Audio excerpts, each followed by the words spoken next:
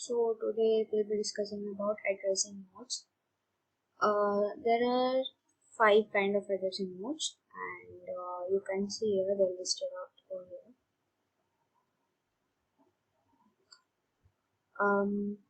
So these are the five. Let us go through each of them individually. So let's start with immediate addressing. So before going into it, you have to understand one thing, that is, if hash is used before a number,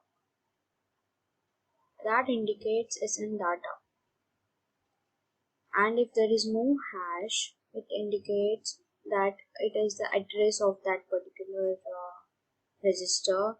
Like let to explain immediate addressing more, let me take an example.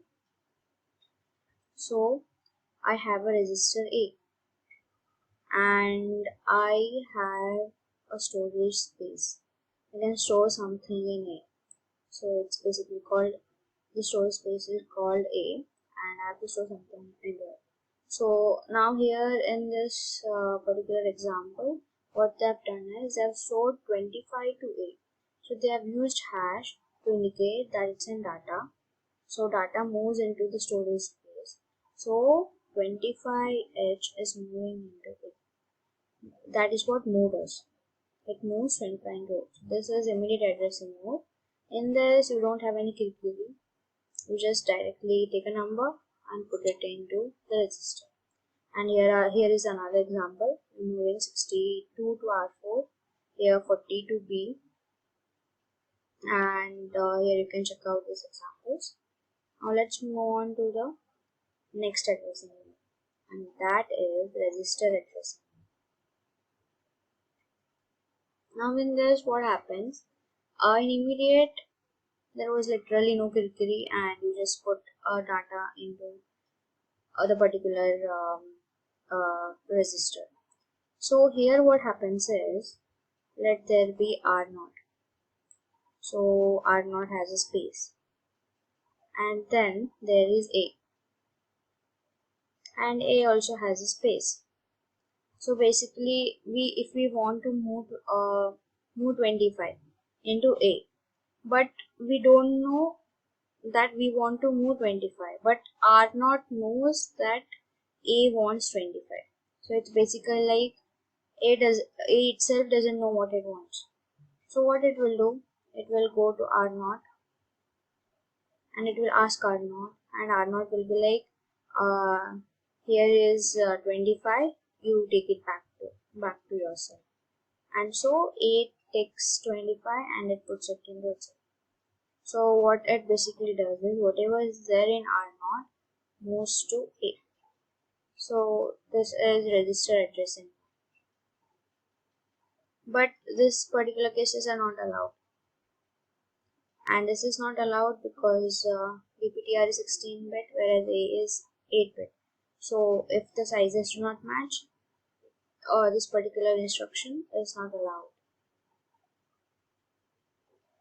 Now let's move on to the next one, that is direct addressing. Here also the thing is same, but there is A, okay, and there is some storage for A, but I don't know A ka name, but I know address of A, that is 0E0. Basically 0 is used before E because the naming shouldn't start with alphabet, it should start with a number. So that is why here 0, and then after that E is added. So I don't know what A is called. I just know its address. I know that there is a guy called A. I don't know his name. I have a crush on him, but I have his address. That's all. Now I have to send a letter to him.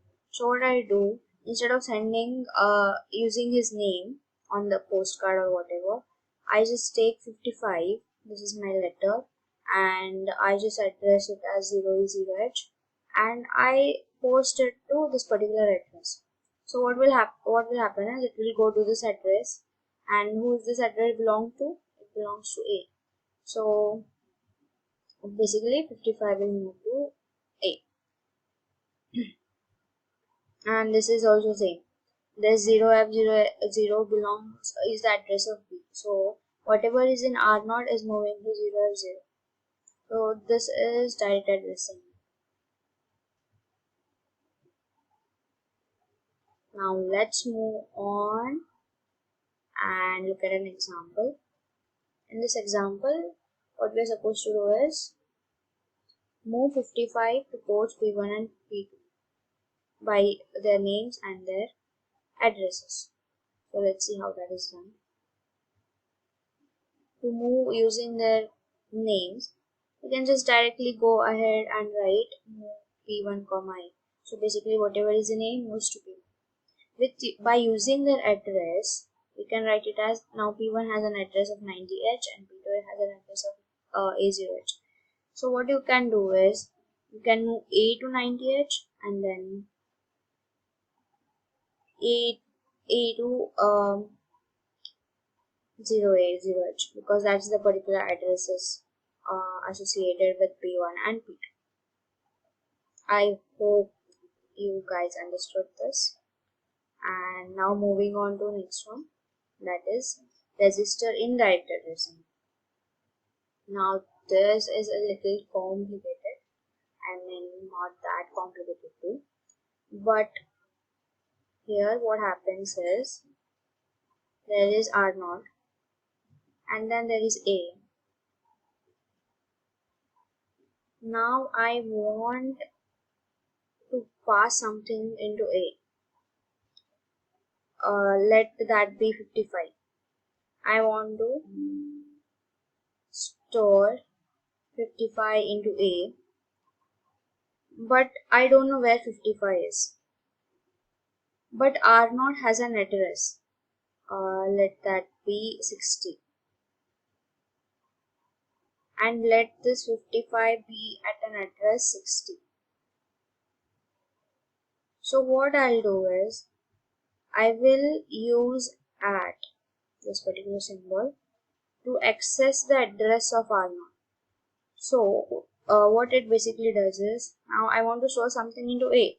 So what it will do is, it will go to R0 and R0 will tell the address where 55 is stored. So the address is 60 for example. So when I know the address that 55 is stored in 60, I'll go to the address 60 and I will take 55 and I'll move it to A. So this particular tasks are done using this particular instruction by using at. And so that is what I can sum up for registering direct addressing. Now let's move on to the one of the examples. Here what they're trying to do is we have to copy the value 55H into this particular locations using direct addressing mode and register in direct addressing. So let's do it. So here is the solution. Using direct addressing mode, what we have done is we have moved A to directly to 44H. No zyada khidki hui. It's directly moving. And here also A to 41H. Now comes the indirect one. So indirect one, what is happening? I move 55 to A. I have used A here because every time I don't want to write 55 everywhere. I'll just give 55 to A and later I'll use A to point out to 55. So here what happens is, now I have 55 and I have moved it to A. After that, I am storing the address where I want to move. I want to move it into 40 and 41. So I'm storing 40 into R0. And then I have stored 40 to R0, but what is 40? 40 is not in data. 40 is the location. So when there is a location or address, you have to use at. That's what we saw in indirect addressing mode. And so using this particular instruction, you are moving A to R0 what to R0, which R0 is pointing to a particular location, and that location is 48. So it's indirectly moving to 48. A is moving to 48, and what A has 55. So 55H is moving to 48. Now instead of writing 41H, we also want 55H to go to 41H. But instead of writing 40H, what we can do is we can just increment R0. What increment does is adds 1. So what is R0 right now? It's 40H. After incrementing R0, it becomes 41H. And after that, you can do the same thing. Move A to R0, because R0 is now 41H and it's pointing to 41. And that's how this is done. Now comes indexed addressing. In this addressing mode, what happens is, so what particular happens here is, it will give you an access outside, like for the external memory. It is pointing out to a particular lookup table that you have made. So let's try to understand it using an example. In this example, what we are trying to do is, let there be X, and now I have P1. Let this P1 be a Swiggy guy, and I want to move this guy, take the parcel X from Swiggy guy, and I want this Swiggy guy to reach my home, and my home is called P2. But after reaching, I want it to be, instead of X, I want it to be X square. So this is what the requirement of the program is. So to program this, this is how it's done. First, I need x square. So basically, I need square values. So I'll write a table. This is the table I create. I know that 0 ka square is 0, 1 ka square is 1, and 2 ka square is 4, 3 ka square is 9. And so this is how I create a table. Now what I want to do is, I want to send whatever the customer has ordered. I have to share the square of that. So if the input value is 0, then the output should also be 0. If the input value is 9, sorry, okay, it's if the input value is 3, the output value should be 9. So that is how I need it. So what I'll do is, so you basically have to understand that this particular instruction is used whenever there is a table. Okay. So what this instruction does is, it gives you access to the location or the addresses of the table. So now what I'll do, I'll move 300 to DPTR. So basically the value of DPTR now is 300. And you have to remember another thing, that is, to make any port, or particularly P1 as input port, you have to make it FF. You have to give FF to it. But here, instead of directly giving FF to P1 by using the instruction move P1, FF, what they have done is, first they have moved FF to A. This is so slow. I'm very sorry. They have moved FF to A, and then from this A, they have moved it to P1.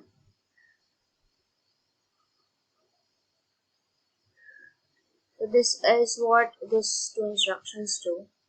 After that, now P1, now when I give FF to P1, it acts as input port. So now it is taking the value of X because it's an input port. And that value I'm moving to A again. Okay. So let